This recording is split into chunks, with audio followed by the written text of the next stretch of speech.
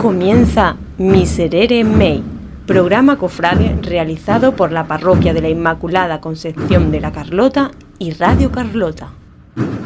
Muy buenas a todos y nos encontramos en este segundo programa de los programas cofrades Miserere Mei, ¿no? Y en este segundo programa pues vamos a tratar sobre todo el tema del patrimonio en nuestras cofradías, el patrimonio a nivel de enseres, de imágenes, de titulares, en definitiva todo aquello material que tanto bien hace a nuestras hermandades y a la piedad popular. Y nos encontramos pues en un sitio donde eso se huele, se come, ¿no? Y se ve, ¿no? Y se puede tocar, ¿no? Como es el taller, ¿no? De nuestro paisano egabrense, del doctor don Salvador Guzmán. Lo hacemos en su taller y también pues acompañados de varios invitados especiales como nuestro amigo Mateo Olaya, también pues un miembro de la Junta de Gobierno, el vicehermano mayor de la Hermandad y Cofradía de nuestro Padre Jesús Nazareno y María Santísima de la Esperanza de la Carlota. También pues nos acompañará el vocal de culto de la Hermandad del Santísimo Cristo de la Clemencia de la Carlota y Eduardo Luna, que como colaboración de Radio La Manigueta pues nos introducirá pues en estos temas y nos ayudará a dialogar entre nosotros. Muchas gracias. Pues muchísimas gracias, querido Ángel, querido amigo, querido sacerdote, que bueno, pues se está haciendo muy bien con este tipo de programas y más. Bueno, pues nosotros encantados de recibirte en tu casa, en Cabra, para llevar a cabo estos dos programas que, como tú bien has dicho, en un primer momento se habló de la belleza, de todo lo que englobaba ese término, aunque también hemos hablado de turismo, hemos hablado de cómo se prepare, cómo se desarrolla una fábrica de cera, como Velas Lama, y hoy vamos a tratar el patrimonio. Claro, antes nos podíamos referir al patrimonio y se nos viene a la mente pues el cuidado, o la conservación de obras de arte, pero ya el patrimonio en las cofradías ha ampliado, ¿no? Se ha ampliado al patrimonio musical o al patrimonio incluso inmaterial, ¿no? De algunas cosas que lo podemos ya valorar o catalogar de alguna manera. Y ese es el tema sobre el que vamos a pivotar en el día de hoy, con muy buenos amigos, con personas que tienen conocimientos muy amplio, muy extenso, personas muy interesantes que han querido acompañarnos en el día de hoy, como tú bien has dicho, en este taller de Salvador Guzmán Moral, desde donde bueno, pues han salido y siguen saliendo auténticas obras de arte. Hablaremos al final de este programa con Salvador Guzmán y de su última obra presentada, como es ese Cristo de la Soledad de Moriles, y de algunos temas más interesante que seguro que nos van a dejar con muy buen sabor de boca. Este primer bloque lo vamos a centrar en la Hermandad de nuestro Padre Jesús Nazareno, María Santísima de la Esperanza, y para ello pues tenemos aquí a Fernando Alors, anterior hermano mayor y bueno, capataz también del Paso de la Virgen de la Esperanza, y una persona con una amplia experiencia en el mundo de las cofradías carloteñas. Querido Fernando, muy buenas tardes. Bienvenido. Buenas tardes. Bien, Nazareno, Esperanza, ¿qué significa para ti esos nombres? Bueno, pues es mi hermandad de toda la vida. Estoy desde el año 72 metido en la Junta de Gobierno y pues nada, a luchar siempre por nuestra hermandad. En este tiempo, estamos hablando de 40 años, o sea, 40 años dedicado al cuidado, a la devoción, al sostenimiento de la cofradía, que supongo que en todo este tiempo, Fernando, habrán pasado muchísimas cosas, muchísimas en esa vida cofrade. Claro que ha pasado muchísimas cosas. A nosotros nos entregaron la hermandad por lo que eran las dos imágenes nada más. Entonces nosotros partimos de cero. No nos dejaron las dos imágenes no, perdón. Nosotros nos dejaron la imagen de Jesús Nazareno nada más. La Esperanza la compramos después. La Esperanza creo que tiene aproximadamente sobre 40 años, más o menos. Pero cuando cogimos nosotros Jesús Nazareno, como todas las hermandades de la Carlota, es que no existían, allí no existían, o sea, todos los pasos, allí no existen hermandades. Entonces, todos los que cogimos por aquel entonces, las tres hermandades que existían, o sea, las tres imágenes que existían, que era Jesús Nazareno, el Cristo de la Misericordia y la Virgen de los Dolores. Pues todos tuvimos que partir de cero, porque es que no existían. Y ahí pues ha sido una carrera muy larga, de empezar a comprar lo que eran los pasos, vestimentas, de todo tuvimos que comprar. Algunas imágenes iban, por ejemplo, a Jesús Nazareno, tuvimos que mandarla a un taller para que nos la restauraran, porque es que tenía una grieta en el pecho, que le llegaban del pecho hasta abajo, a una talla completa. En fin. Y luego pues nos metimos en el paso de María Santísima de la Esperanza. Ahí tuvimos que empezar también a buscar dinero.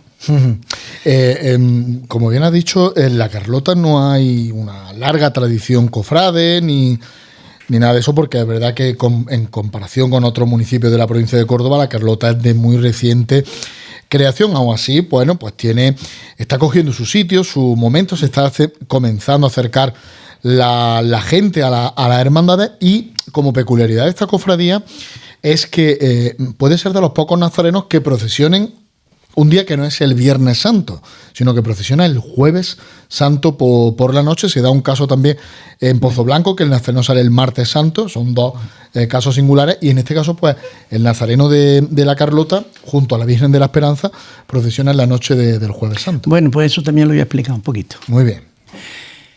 Jesús Nazareno salía la madrugada.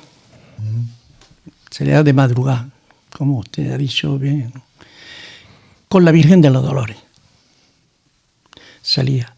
Entonces, pues, lo que pasaba ahí, que el nazareno tenía que salir, salía 2 veces, y la Virgen de los Dolores salía 2 veces. Jueves de madrugada y viernes por la noche. El jueves salía el Nazareno y la Virgen de los Dolores, y luego el Viernes Santo salía Nazareno, Cristo de la Misericordia y Virgen de los Dolores. Cuando nosotros entramos en el año 72, pues ahí hubo una lucha buena, no una lucha de comprar otra imagen para que no saliera la Virgen de los Dolores 2 veces. Porque eso era una pena también, tirarla a la calle 2 veces, a la calle. Y ya digo, en el año, sobre hace 40 años, 41, 42 años, pues ya se compró la Virgen de la Esperanza. Se probó sacarla de madrugada, ya la Esperanza y el Nazareno. Pero no resultó. No tuvo aceptación. No resultó ya. Ya la gente no salía a ver la procesión, exactamente, no tenía tanta... No tenía. Entonces se decidió sacarla el Jueves Santo. Y ahí sí acertó la hermandad. Y ahí acertamos. Por eso se hizo eso. Que la intentamos varias veces de hacerlo, pero no. Luego nuestro Padre Jesús Nazareno y la Virgen de la Esperanza, cada uno procesiona de una manera diferente, ¿no? En este caso el Nazareno sale con costaleros, sí, y la Virgen de la Esperanza, por su parte, sí, procesiona con portadores, que además, sí, tú has sido su capataz durante muchísimos años, ¿eh? Bueno, yo fui allí su capataz sin saber lo que llevaba en las manos. Eso fue gracioso, porque salían a ruedas. Entonces fue la imagen primera. Bueno, al principio, antes de la hermandad, porque han tenido hermandades, pero las hermandades desaparecieron.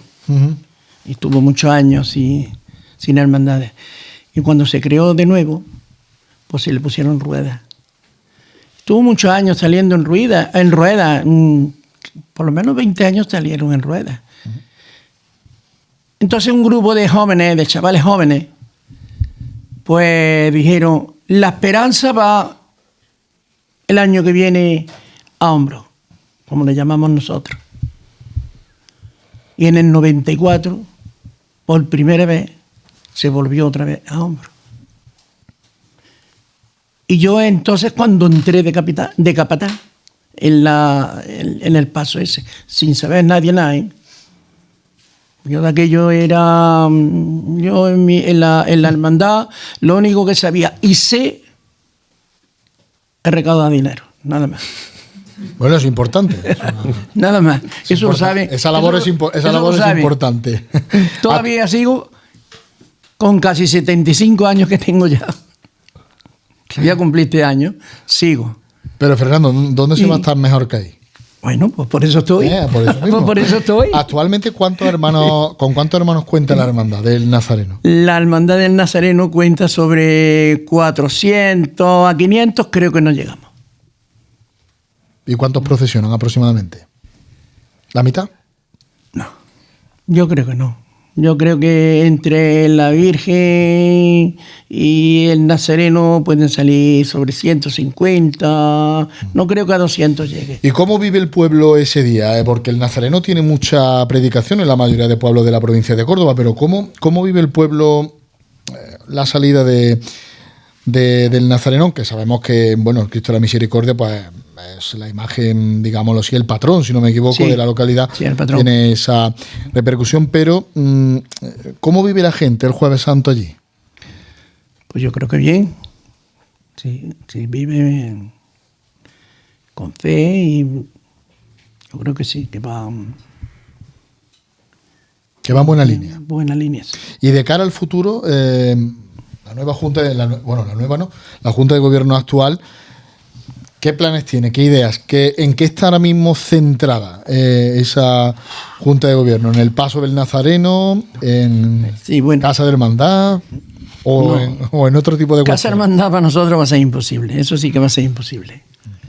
Nosotros estamos centrados ahora en restaurar la imagen del Nazareno. Porque ya la hemos restaurado, la Virgen de la Esperanza, hace poco, que hará un año que se ha restaurado. Y ahora vamos a restaurar el Nazareno. Y vale dinero, mucho dinero, muchísimo. Y claro, eso no se junta así por la buena.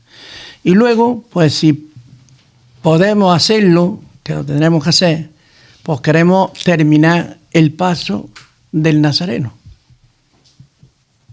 Porque el paso está terminado, pero lo que es los respiraderos le hacen falta.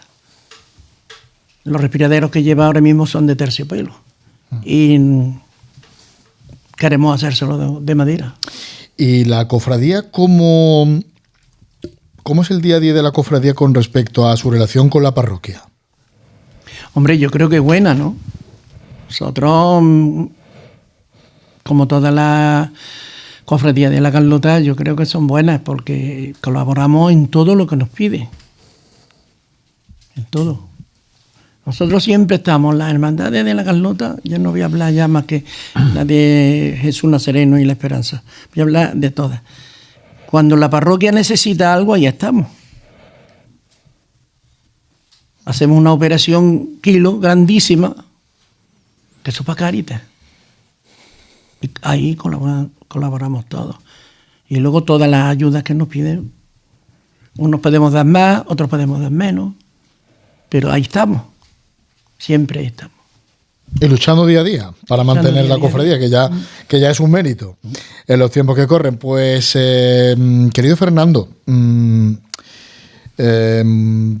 persona importante en la cofradía de nuestro Padre Jesús Nazareno y de la Virgen de la Esperanza, muchísimas gracias por tus palabras, por haber estado en este programa Miserere Mei, aquí en Radio Carlota 107.6 de la frecuencia modulada, y por contarnos, bueno, lo que tú sientes y cuál es la realidad de la cofradía a día de hoy. Y por supuesto, pues deseamos que la cofradía pues siga su camino y que siga trabajando y que tenga pues ese proyecto que ambicionáis, como es la restauración del Señor, pues podáis llevarlo a cabo en los próximos años. Muchísimas gracias. Gracias a ustedes. Pues ahora vamos de nuevo a darle la vuelta al programa. Vamos a quedarnos otra vez o vamos a hablar con una persona, con un invitado de la ciudad de Cabra, como es Mateo Laya, para hablar con él pues del patrimonio, como bien he dicho antes el párroco Ángel Maiz, del patrimonio que engloba las cofradías. Y en este caso, un patrimonio tan importante, Mateo, como es el patrimonio musical, que a lo mejor hace 20 años no se cuidaba de la misma manera que se cuida hoy y que ya forma parte intrínseca de lo que es una línea de trabajo de una cofradía normal, el cuidado de su música y, por supuesto, de todo lo que tiene que ver con ese apartado. Sí, efectivamente. Bueno, buenas tardes. Para mí es un placer estar aquí con todos vosotros en este incomparable lugar como el taller de mi amigo, hermano, cofrade y buen imaginero Salvador Guzmán. Y efectivamente, el patrimonio musical, al ser quizá un patrimonio no tan tangible como el que puede ser el de el bordado, el de la talla, otros patrimonios que son mucho más, como digo, tangibles, al ser un patrimonio un poco más abstracto, puede que durante un tiempo haya tenido ciertas dificultades en lo que es su conservación y su valoración. Pero es verdad que en los últimos años se ha convertido en un elemento clave para muchísimas cofradías. Cada vez son más las hermandades que están más concienciadas con la importancia de recuperar su patrimonio musical, en el caso de aquellas hermandades que tengan piezas musicales antiguas, históricas, y también no solamente conservar, sino crear y promover nuevas composiciones musicales. Porque la música, al fin y al cabo, también forma parte de nuestra identidad. La música construye la identidad cofrade, porque hay hermandades que a lo mejor tienen alguna música dedicada expresamente, bien sea algún motete o algunas coplas para sus cultos o alguna marcha procesional, que a lo largo del tiempo, a base de repetirse, de interpretarse y de los hermanos sabérsela, genera un nexo de unión entre ellos, una comunión entre la hermandad. Y sin embargo, y efectivamente, como digo, es un eslabón esencial para crear esa identidad en la cofradía. Y afortunadamente las cofradías cada vez están más implicadas en la búsqueda de, digámoslo así, del cuidado excepcional y del mimo con respecto al patrimonio musical. Lo estamos viendo en los últimos días, como bandas de música de muchísimo prestigio están seleccionando sus piezas, están recuperando piezas que estaban en el olvido en los años 90, incluso en el inicio del siglo XXI, y que eso nos está permitiendo culturizarnos mucho más en lo referente al patrimonio musical de Andalucía, que es inmenso. Sí, efectivamente, en los últimos años, no sé, podríamos acotarlo en los últimos 20 años, quizás, a raíz también de la fundación de la página web Patrimonio Musical, se produce un movimiento historicista, un movimiento de intentar recuperar, valorar esas marchas antiguas, históricas, que duermen en los cajones y que muchos hermanos, cuando la han descubierto, se han quedado impresionados, ¿no? Y hermandades que a lo mejor no tenían mucho conocimiento sobre ellas, y cuando la han redescubierto, por así decirlo, han formado inmediatamente parte de su repertorio indiscutiblemente, ¿no? Y aparte creo que en todo este movimiento también de formación cofrade en las últimas décadas, en todos los ámbitos artísticos de las hermandades, también se ha incidido mucho en la música. Hoy en día cada vez más son los hermanos que están formados. Antes había menos hermanos con formación musical, ahora es muy frecuente ver en las hermandades hermanos que están relacionados de alguna forma con la música, o que tienen conocimientos musicales, o que conocimientos de las marchas que existen hoy en día, de las piezas musicales. Luego, por otra parte, el factor de las bandas. Venimos arrastrando en estas últimas décadas, arrastrando positivamente un boom, por así decirlo, ¿no? Una eclosión de bandas, tanto de cornetas, agrupaciones musicales, como bandas de música de muy buen nivel, que eso lo que está es facilitando ese cultivo, ¿no? de marcha. Lo que pasa es que se puede dar el efecto contrario. Si bien antes a lo mejor pescábamos de escasez, nos quedábamos cortos, ahora puede que pequemos de exceso. No hace mucho, pues busqué una estadística precisamente en la página web de Patrimonio Musical, y entre el año 1984 y el 2004, por acotarlo en 20 años, en la web de Patrimonio Musical, en bandas de música, hay registradas 1.700 marchas. Una auténtica locura. Se hicieron 1.700 marchas en esos 20 años, ¿vale? Pero del 2004 al 2024 se han hecho 3.100 marchas. O sea, prácticamente se ha duplicado en 20 años, ¿no? Es verdad que se está dando un movimiento musical muy exagerado, en el que habrá también que hacer un poco de criba, porque todo es imposible asimilarlo y digerirlo, pero bueno, quedémonos con la parte positiva de ese exceso. ¿Cómo se llega a la música profesional? ¿Cómo llega una persona que no está acostumbrada a escuchar ese tipo de música, y además con la música que tenemos actualmente, que la mayoría suele ser bastante mediocre, no la profesional, digo la sí, en general, ¿no? ¿Cómo llega alguien a la música profesional? ¿Cómo llega? ¿Cómo aparece en su vida, ¿no? O sea, yo estoy un día tan tranquilo, escucho una melodía y automáticamente entro en ese mundo, ¿no? Eso es muy personal, ¿no? Pero en el mundo de las cofradías, yo creo que se puede llegar a lo mejor en mitad de una estación de penitencia, que aparece una marcha en un momento, en un contexto, en la Carlota, en Cabra, en cualquier sitio, y esa persona pues se siente atraída por esa melodía, ¿no? A fin de cuentas, la música, como decía Falla, tiene que conmover. La música no hay que explicarla tanto, sino sentirla. La música es un bien inmaterial, por así decirlo, y algo que tiene sobre todo que conmover. Entonces se tiene que dar ese efecto, esa causa-efecto. Tiene que darse una melodía que llega a esa persona, y esa persona al recibirla se emocione, ¿no? Y a raíz de ahí pues podrá entrar en la música profesional. Una buena manera, yo creo que la mejor vía para entrar en la música de Semana Santa o interesarse es escuchar a los grandes clásicos, sin duda. Además, yo creo que el disco de cabecera es el que hizo, hay grandes discos, pero el que hizo la Orquesta de Londres para la película de Semana Santa en Sevilla, creo que es la mejor vía de iniciación a las marchas de Semana Santa, porque ahí aparecen las marchas revestidas de una espectacularidad y de un gusto musical exquisito, y una selección de grandes clásicos, de marchas muy bien hechas y con un trasfondo muy importante. A pesar del exceso que nos comentaba antes, ¿consideras que se está viviendo un momento dulce o pleno en el cuidado de nuestro patrimonio tan andaluz y tan personal, aunque también hay grandes compositores valencianos, castellanos, pero sobre todo aquí en Andalucía? ¿Consideras que a pesar de la exageración de composiciones se está viviendo un momento dulce? Sí, totalmente, no tengo duda. Creo que estamos en una etapa dorada. Estas expresiones tan categóricas, a lo mejor uno huye un poco de ellas, pero a veces creo que hay que ser justo con el presente. A veces somos justos y tendemos a valorar muy bien el pasado, pero con el presente nos cuesta a veces reconocer el valor del presente, y además si hay gente que lo está haciendo muy bien, creo que hay que reconocérselo.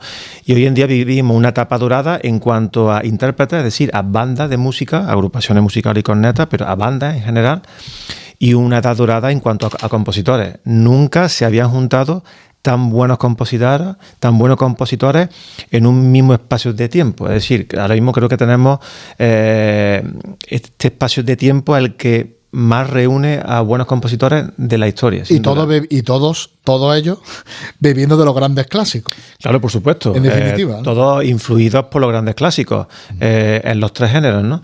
Pero son compositores que están yendo más allá, que están evolucionando, y que con esos recursos clásicos, más los recursos de las nuevas composiciones, los nuevos lenguajes, también influenciados por otras corrientes musicales, pues están abriendo camino y están haciendo auténticas maravillas. Incluso, antes lo has comentado, los valencianos, están entrando también compositores valencianos que han hecho marchas importantes para Andalucía, y en definitiva se está universalizando la música de Semana Santa de Andalucía.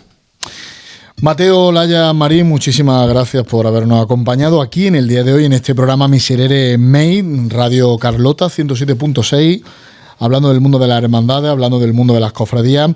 Muchísimas gracias, buenas tardes. Un placer, a vosotros. También vamos a despedir a Fernando Alors, querido amigo de la Junta de Gobierno del Nazareno y de la Virgen de la Esperanza. Que se disfrute mucho en Semana Santa y que vuestra procesión pues sea todo un orgullo para los hermanos y también para los carloteños. Nosotros vamos a continuar, vamos a seguir hablando de patrimonio, de hermandades de la Carlota en cuestión de minutos.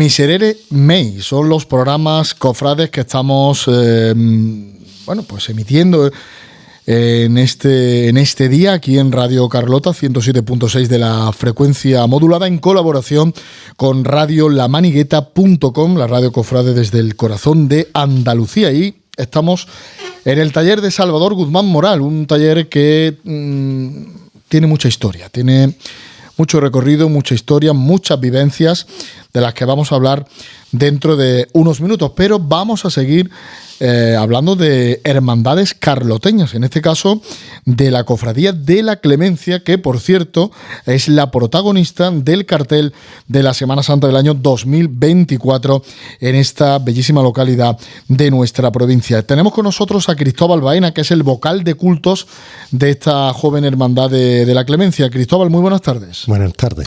Pues bueno, me dicen por aquí que llevas 50 años de catequista en la parroquia. Efectivamente. 50 sí. años. Efectivamente, sí. ¿Y eso cómo se hace? Porque es complicado, ¿eh? Yo es que me he criado con un tío mío que era sacerdote y desde pequeño pues yo estaba acostumbrado a estar en la iglesia, me gustaba mucho el tema de iglesia y demás. Y con 13 años y medio más o menos estaba en primero de BUP y mi tío nos propuso a un grupo de jovencillos, así que estábamos ya en Córdoba, en este caso fue en Córdoba capital, y nos propuso dar catequesis a los niños del barrio de Cañero. Y entonces empecé ahí, ya luego continué en mi pueblo. Pues la verdad que algo no es habitual que una persona pues esté medio siglo dando catequesis, por supuesto, al servicio de la parroquia. Pero, Cristóbal, ¿cómo llegas a la Cofradía de la Clemencia? Pues yo recuerdo, yo estaba mucho también con el amigo Fernando, que habló anteriormente, y estaba en la Hermandad de los Dolores también, colaboré siendo costalero, portador en este caso, en las dos hermandades, y me acuerdo que Rafael Luque, que fue el que promovió toda esta hermandad antes de morir y esto, pues ya comentó de que quería hacer un paso nuevo, que quería que procesionara en el pueblo, que era su mayor ilusión, y al morir, pues su madre se hizo cargo del proyecto de su hijo, ¿no? Y su madre y su hermana Isabel también. Y entonces a través de ella yo lo vi procesionar el primer año, un sábado antes del Domingo de Ramos, que salía cuando todavía no había comenzado a ser prohermandad, y me enamoré de la talla, es que la vi y fue un impacto tremendo, ¿no? El que tuve, ¿no? Y entonces digo, pues yo tengo que estar aquí. Me acuerdo que mi hija, la mayor, también intentó entrar en la Junta de Gobierno cuando era prohermandad, y por motivos laborales y esto, pues dice que no puedo, papá. Digo, pues no te preocupes, que yo voy y ayudo a colaborar. Y desde entonces me metí con ellas también, y con la hermana mayor, que es la madre de Rafa, y con su hermana, y formamos un equipo bastante apañado, y sigo adelante. Además procesionan la noche del miércoles santo. Efectivamente. Un Cristo semicaído, obra de Fernando Murciano, que, impactante con respecto a las imágenes que vemos en la Carlota. Pues claro, entiendo que aquello, cuando llegó a la localidad, sería todo un impacto ver esta impresionante imagen de Fernando Murciano, del Cristo de la Clemencia. ¿La hermandad aproximadamente cuántos años tiene desde que es hermandad? ¿Hermandad oficial? Hermandad, este es el segundo año. O sea, para que procesionamos. Este es el segundo año que procesionamos. Sí. Como hermandad. Como hermandad. Porque anteriormente lo había hecho como agrupación parroquial y como prohermandad, exactamente. ¿Y cómo es, cómo se consolida una cofradía tan joven, con tantas cofradías alrededor, todas en la misma iglesia, todas buscando un hueco, todas buscando su sitio? ¿Cómo es el día a día de vuestra hermandad? Pues nosotros, la mayoría, pues nosotros tenemos una capilla que hay en el pueblo, porque ya la iglesia es que no cabe prácticamente ni una talla más, cabe, pero me refiero a lo que es el trono, y esto se llevó a la capilla que hay en el pueblo, Y entonces, pues, desde allí, pues, ya para culto y todo, sí trasladamos lo que es la talla, lo que es el Cristo, lo trasladamos a la parroquia, ¿eh? El trono no, porque es tan grande que no cabe por... De hecho, el paso no está en la iglesia, ¿no? Me refiero que vosotros salís de los soportales, ¿no? De los soportales, porque de la propia iglesia. Porque el trono es tan grande, es muy grande y no cabe, no tiene la anchura suficiente, vamos, tiene mucha más anchura, es un trono grandísimo y entonces salimos desde los soportales, efectivamente. ¿Cuáles son los proyectos más inmediatos que tenéis? Pues el proyecto más inmediato, uno de los más inmediatos es acabar el trono, que es lo que queda y que yo sepa ahora mismo ese es el principal y por el que se está intentando sacar todo a nivel económico, pues se está intentando trabajar para eso, ¿no? Para que se pueda acabar este año. ¿Y hermanos actualmente cuántos sois, cuántos procesionan? Procesionar, me parece que el año pasado fueron unos 20 y algo. Aparte de costaleros. Aparte de costaleros. Los costaleros van pero hermanos seremos unos 100 y pico, 200 aproximadamente. Que todavía está en crecimiento, claro. Todavía está en crecimiento. Este año se han hecho más hermanos. Entonces, esta semana que nos toca, por ejemplo, el triduo nos corresponde a nosotros esta semana, pues ya por lo menos 10 o 12 personas más se van a imponer medallas y demás. Y quiere decir, hombre, que ya va calando un poquito dentro de lo que es. Y es una talla muy bonita y la gente del barrio último, como decimos en el pueblo, pues esa gente prácticamente es que los pasos allí casi no llegaban nunca. Y entonces, como ellos tienen tenemos la capilla allí, pues en los barrios esos se han volcado también de cara, hombre, de ver a su Cristo. A su Cristo, ¿no? Que además estáis solos allí, ¿no? En esa parte. En esa capilla. En esa capilla, que es una capilla que pertenece a la misma parroquia, ¿no? O sea, que ustedes sois los que estáis... Sí, se cedieron a la parroquia, sí. O sea, que ustedes sois los que regentáis la capilla, sois los que la cuidáis, los que la conserváis. Sí, más o menos, y las hermanas franciscanas también. Ah, correcto, que pertenece... Que también colaboran mucho y... Muy bien. ¿Y muchas ilusiones puestas en el miércoles santo? Yo sí. Yo personalmente sí. Y sé que la hermana mayor, por supuesto, porque para ella le recuerda a su hijo, y a Isabel le recuerda a su hermano. Y entonces yo sé que ellas tienen muchísima ilusión, trabajan muchísimo, han abierto cuartelillos para intentar sacar fondos. Y la gente, hombre, hay mucha gente, hombre, afortunadamente que es joven, que eso también es de agradecer, ¿no? Que la gente joven también se vaya volcando en la hermandad, ¿no?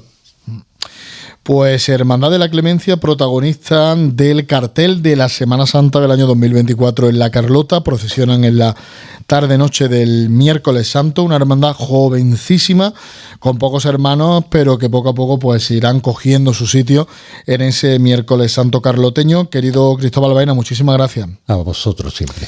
Y nosotros pues tenemos más invitados con los que vamos a seguir hablando en esta segunda parte de nuestro programa de hoy, como es el caso de Raúl García Marco. Querido amigo, querido compañero, buenas tardes. ¿Qué tal, Eduardo? Buenas tardes. Pues hemos hablado con Mateo de patrimonio, ¿no? Pero ahora vamos a hablar contigo también de otra parte del patrimonio, del inmaterial, que es lo que se ve y no se toca. Y también, ¿por qué no hablar de ese patrimonio que está cada vez dentro de las cofradías calando más, como es el hecho de trabajar en pro de realizar altares de culto más elaborados, más cuidados, con cierta lógica, y eso también es parte del patrimonio cofrade que estamos atesorando y que desde la pandemia prácticamente pues estamos viendo cómo las hermandades que están cuidando mucho ese factor, ¿no? Efectivamente, Eduardo, hablar un poco de lo que es el arte efímero, porque no deja de ser una cuestión temporal que se monta para un fin determinado y cuando acaba, pues en este caso, los ejercicios de culto, se desmonta. Pero a colación de lo que te decía también anteriormente Mateo, pues es algo que yo pienso que debe ir unido, evidentemente, todo lo que es el patrimonio, tanto material como inmaterial, de forma que se construya una especie de todo, y que ese todo tenga sentido, y no podemos obviar ni por un lado cuestiones, como se ha tratado antes, la cuestión musical, ni cuestiones estéticas, porque ya históricamente siempre lo ha dicho la Iglesia, y de hecho hay algún documento al respecto sobre la via pulcritudinis, que se llama, que es la evangelización, la búsqueda o el encuentro con Dios a través de la belleza. Entonces yo creo que ahí las hermandades tienen una labor importante, capital, que es precisamente eso, acercar a Dios a través de la belleza. Hace poco tuvimos la oportunidad de escuchar una interesantísima conferencia que diste en la Hermandad del Silencio de Cabra, donde se hablaba precisamente de todo lo que significan los altares y cómo las hermandades buscan, sobre todo a mí algo que me apasiona mucho, sobre todo si tienes ese patrimonio, ¿no?, previamente, es la simbología, los altares. Y la simbología con respecto al tipo de hermandad. ¿Cómo se por eso necesita un estudio, ¿no? Sí, evidentemente cada hermandad tiene sus particularidades, tiene su personalidad, representa una u otra cosa. Es decir, evidentemente no es lo mismo un crucificado que un Cristo orando en el huerto o que un Jesús caído. Entonces yo creo que es labor importante saber sacar el máximo provecho que se pueda, sobre todo a la imagen. Es decir, yo creo que siempre un altar lo que debe honrar y a donde te debe dirigir es a Dios, en este caso pues representado en las imágenes, por supuesto, sin entrar ya en cuestiones teológicas, porque la exposición del Santísimo evidentemente prima, o lo que es la celebración de la misa, pero bueno, en el caso del montaje de los altares que se levantan en honor de la imagen, evidentemente debe ser un camino hacia ella, no debe ser miles de cosas puestas sin sentido y que lo que hagan más bien sea despistar. Quiero decir, que todo tenga ese sentido que habla y que te conduzca a la imagen a la que está levantado. Claro, para eso también es importante que las hermandades se vayan haciendo con un patrimonio dirigido Claro. a esos montajes, que ya, claro, es complicado preparar patrimonio, tener patrimonio para poder procesionar. Esto sería una segunda salida, ¿no? Incluso más, ¿no? Diría yo, en algunos casos, ¿no? Sí, evidentemente celebrar unos cultos en condiciones o necesitas unos fondos, es decir, necesitas dinero para cera, necesitas dinero para flores, necesitas dinero probablemente para música, necesitas dinero para predicadores, en fin, que evidentemente es necesario que la hermandad estime que es algo bueno y que es algo en lo que hay que invertir. De un tiempo atrás, pues siempre hemos visto que no menospreciaba, pero bueno, es verdad que no se le daba quizá la importancia que merece, pero gracias a Dios y también paralelamente a este renacimiento musical que ha estado comentando antes Mateo, yo creo que también las hermandades han sabido ver que ese culto a los soles titulares fuera de lo que es la estación de penitencia, es decir, el culto durante todo el año, tanto en lo que es en las iglesias, en sus retablos, en sus capillas, como los cultos de la hermandad, cuando se levantan altares efímeros y demás, pues evidentemente cada vez se cuidan más. Eso es de agradecer, pero evidentemente es un gasto importante.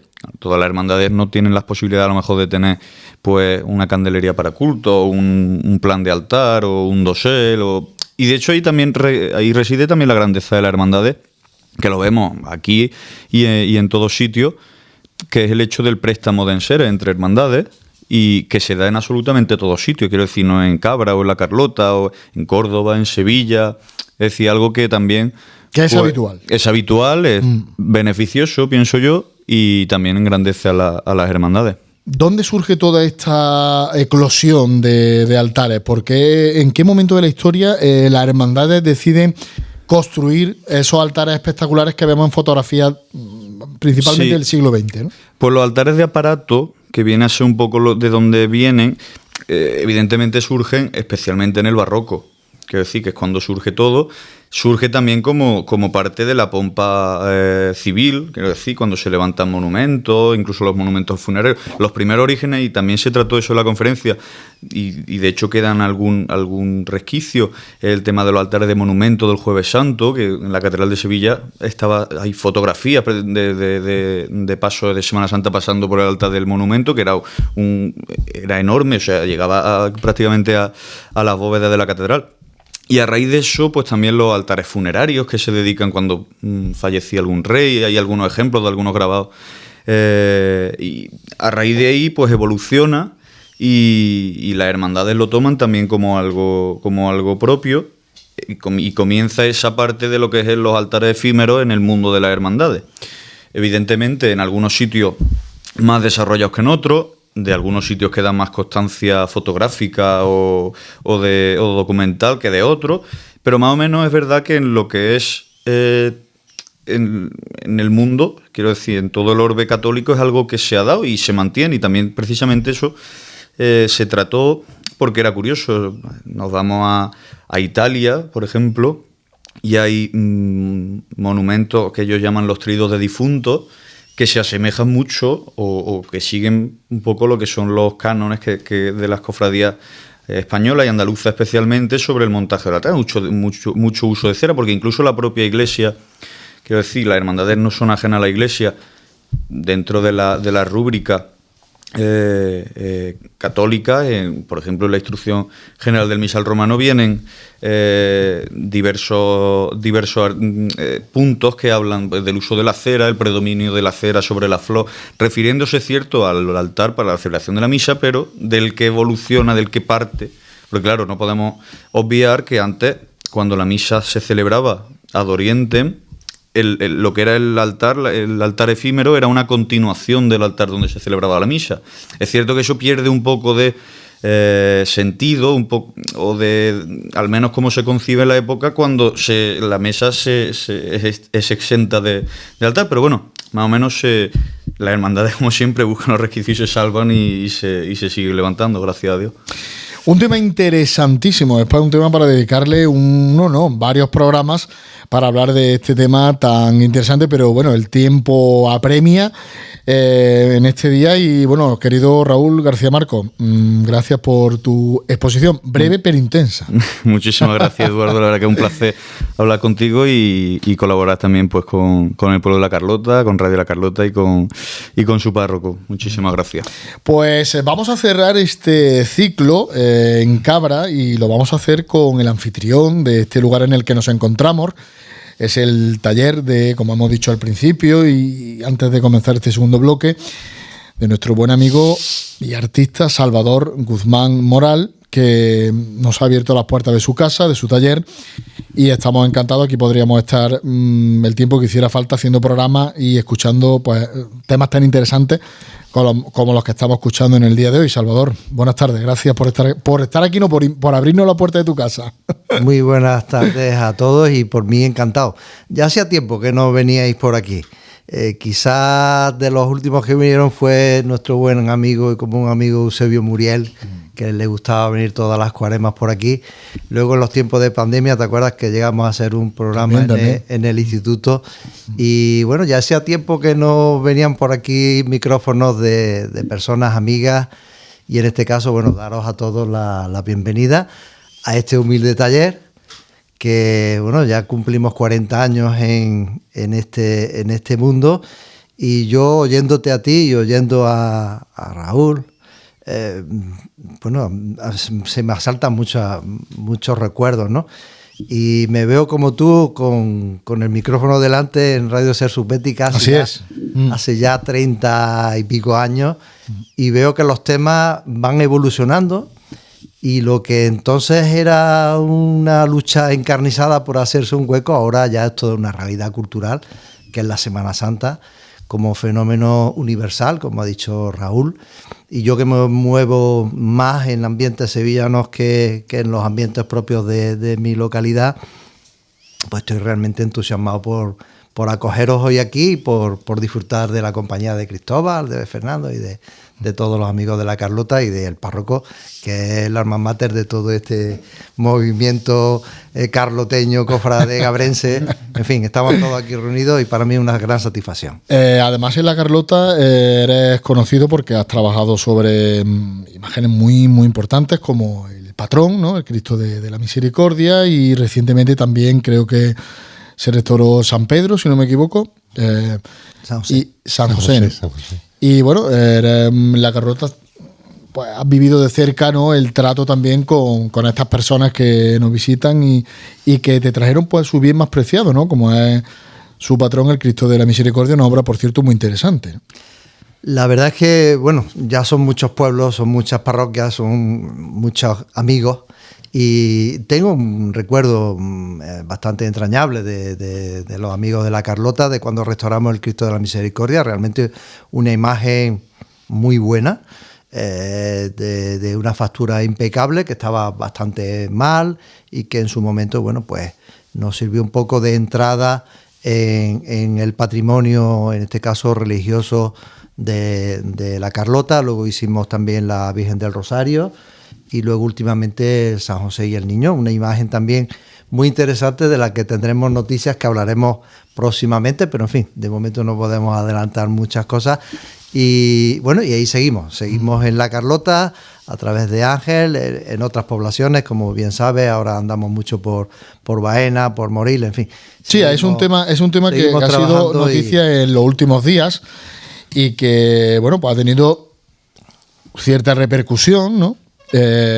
Sobre todo a nivel medios de comunicación, que se han hecho eco de esa importantísima integral restauración que le has hecho al Cristo de la Soledad de Moriles, que realmente, bueno, pues hemos descubierto, bueno, prácticamente se ha hecho una imagen en todos los aspectos prácticamente nueva, ¿no? Ha sido un trabajo arriesgado, ¿eh? Lo que pasa es que yo ya, como decía, lo hemos comentado alguna vez, Carlos Herrera, yo ya soy nazareno de recogida y un poco, bueno, voy un poquito a mi aire, ¿no?